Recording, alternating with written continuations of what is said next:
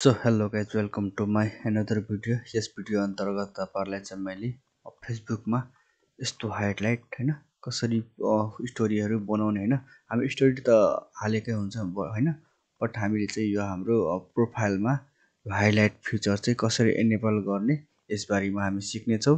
Video start गर्नुभन्दा अगाडि यस च्यानललाई लाइक, शेयर, सब्स्क्राइब चाहिँ गरिदिनु होला। मोबाइल स्क्रिनमा हेर्न सक्नुहुन्छ। हामीले सर्वप्रथम फेसबुक खोल्छौं हैन।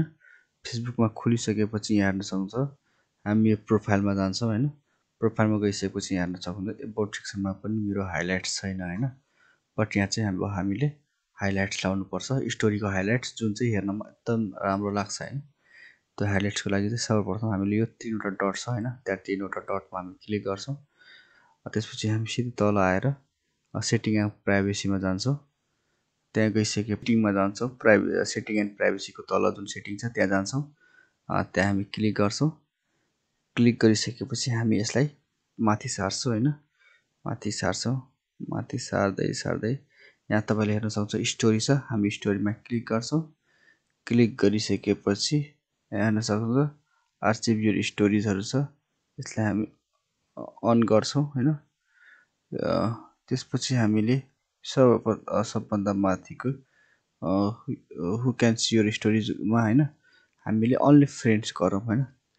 किनभने यो चाहिँ भनेको पब्लिक भनेको सबैले हेर्न सक्छ बट फ्रेन्ड्स हामीले हाल्दाखेरि हामीसँग जति फ्रेन्ड्स छ त्यसले मात्रै हेर्न पाउँछ। यसलाई हामी सेभ गर्छौं।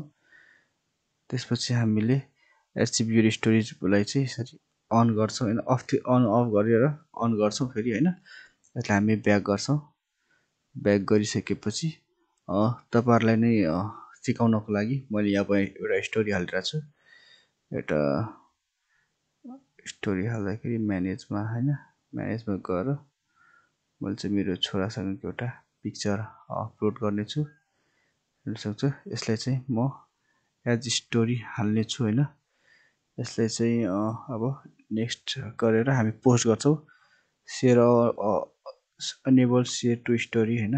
हामी यसलाई स्टोरीमा शेयर गर्छौं। अलरेडी यसलाई ब्याक गर्छौं र हामी यसलाई पोस्ट गर्छौं हैन। पोस्ट गरिसकेपछि हेर्न सक्नुहुन्छ पोस्ट हुँदैछ। यसलाई चाहिँ एक दुईवटा मेथड युज गर्नुपर्छ हैन। त्यसपछि मात्रै हुन्छ। यसरी भनौँ न सजिलो तरिकाले हुँदैन हैन।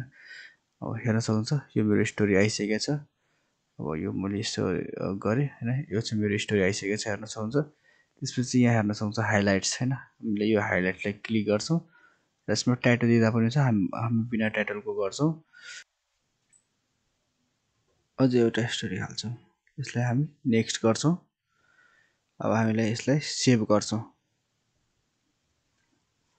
हाम्रो यो हाइलाइट्स स्टोरी हैन सेभ हुँदैछ।